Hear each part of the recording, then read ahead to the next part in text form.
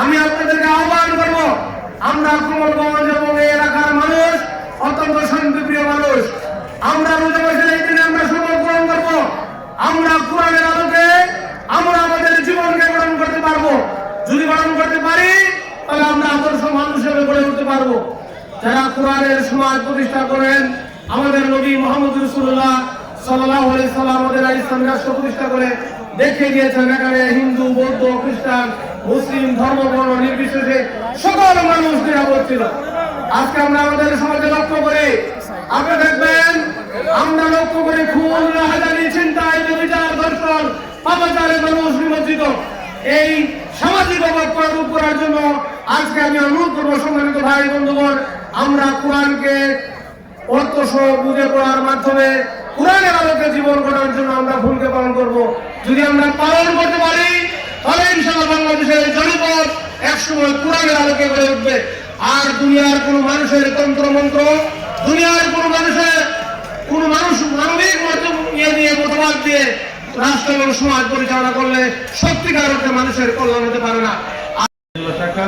এবং আমরা বাংলাদেশ জাতীয়তাবাদী দল বিএনপি কমলগঞ্জ উপজেলায় যারা অতীতে ছিলাম, এখনো আছি, সবাই একটি স্বার্থপূর্ণ পরিবেশ বজায় রেখে এখানে রাজনীতি করে এসেছি।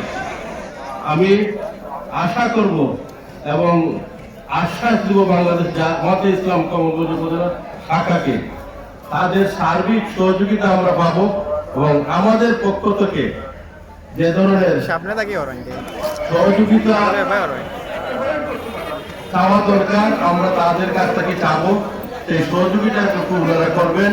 এবং আমরা কমলগঞ্জ উপজেলায় আগের মতো যেভাবে আমরা চলেছি শান্তি সৌহার্দ্যপূর্ণ পরিবেশে বন্ধুত্ব বজায় রেখে এলাকার মানুষের উন্নয়ন কর্মকাণ্ডে উন্নয়নের স্বার্থে সকলেই আমরা একাত্ম হয়ে কাজ করব, এই আশাবাদ ব্যক্ত রেখে মহান আল্লাহ সুবহানাহু ওয়া তাআলার দরবারে অসংখ্য শুকরগুজার করি যে মহান মুনিব আমাদেরকে আমাদের হায়াতে জিন্দেগিকে এই মাহে রমজান পর্যন্ত এনে দিয়েছেন। আমরা মহান মুনিবের কাছে আমরা সাবান থেকে আমরা যে দোয়া শুরু করেছিলাম, সে দোয়াকে আল্লাহ রাব্বুল আলামিন আমাদের জন্য কবুল করে আমাদের হায়াতে জিন্দেগি এই যে এখানে বৃদ্ধি করে নিয়ে আসার কারণে মহান মুনিবের দরবারে আবারও শুকরগুজার করি আলহামদুলিল্লাহ।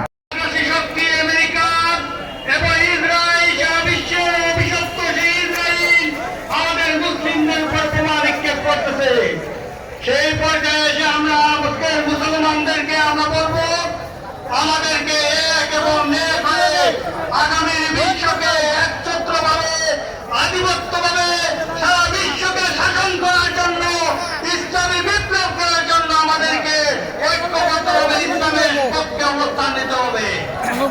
সেই জন্য শুক্রবার আজকে বাংলাদেশ জামাত ইসলামী যে গণযোগান তৈরি হয়েছে, আমরা বিশ্বাস করি আগামীর বাংলাদেশ ইসলামের বাংলাদেশ।